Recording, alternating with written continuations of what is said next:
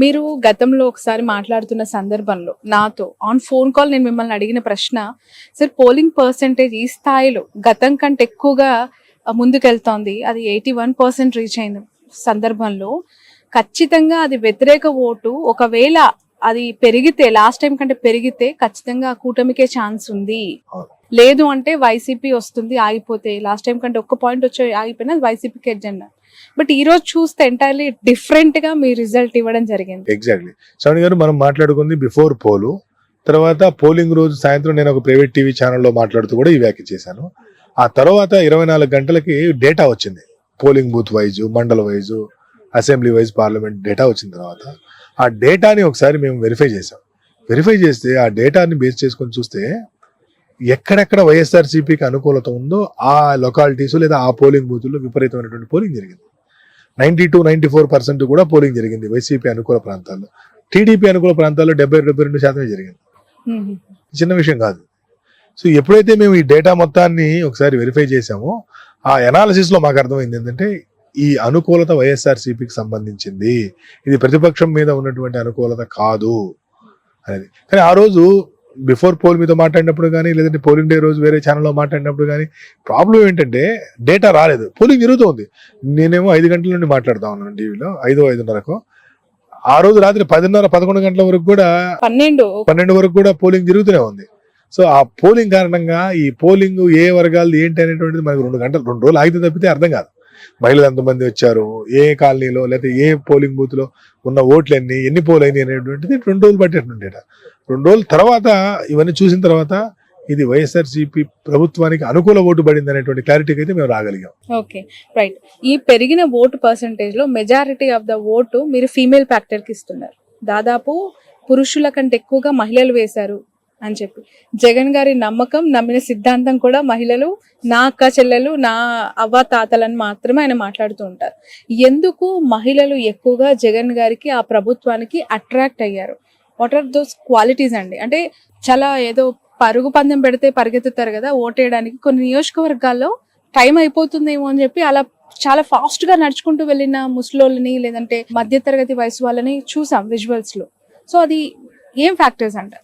శ్రావణి గారు, మహిళలకి ఒకటి ప్రధానంగా అవసరమైంది ఆత్మగౌరవం, 2 ఆర్థికంగా చేయూతనిచ్చేటువంటి ఆత్మగౌరవం. ఎక్కడ పెరిగిందంటే వాళ్ళు గ్రామంలో లేదా వాళ్ళ వార్డులో ఏ పని కోసం కూడా ఎవరి దగ్గరికి వెళ్లాల్సిన పని లేదు.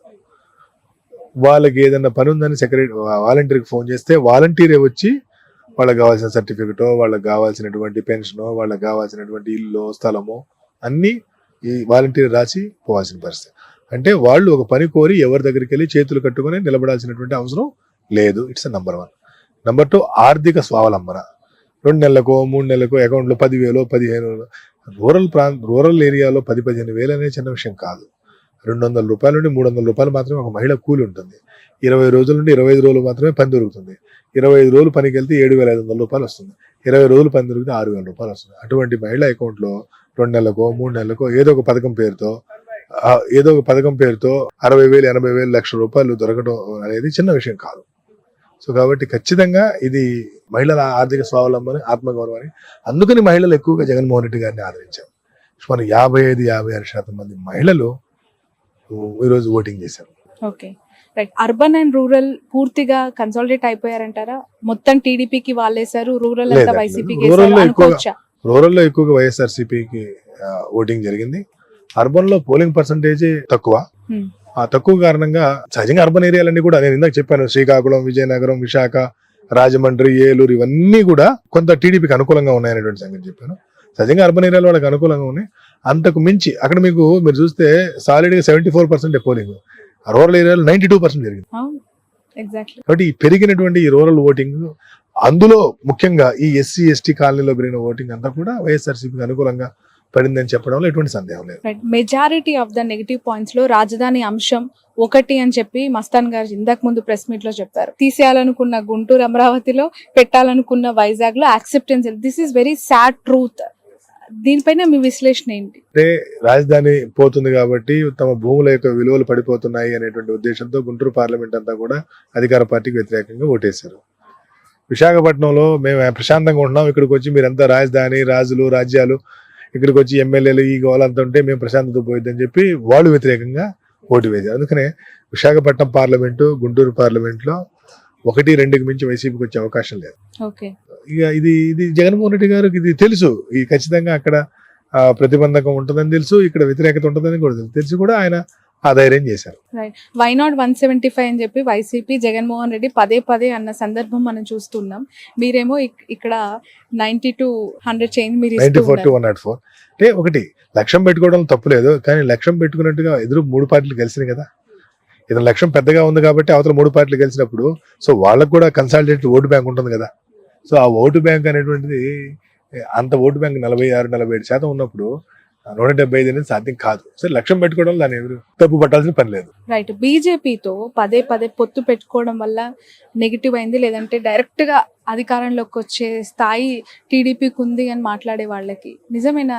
లేదు శ్రావణి గారు, ఇది బీజేపీని బదనాం చేయడానికి ఏదో వాడేటువంటి విషయమే కానీ బీజేపీతో కలిస్తే పూర్తిగా నష్టపోతామని కనుక చంద్రబాబు గారికి తెలిస్తే బీజేపీతో ఎందుకు పొత్తు పెట్టుకుంటారు? కొన్ని అవసరాలు ఉన్నాయన్నారు కదా. ఎగ్జాక్ట్లీ అదే చెప్తున్నా.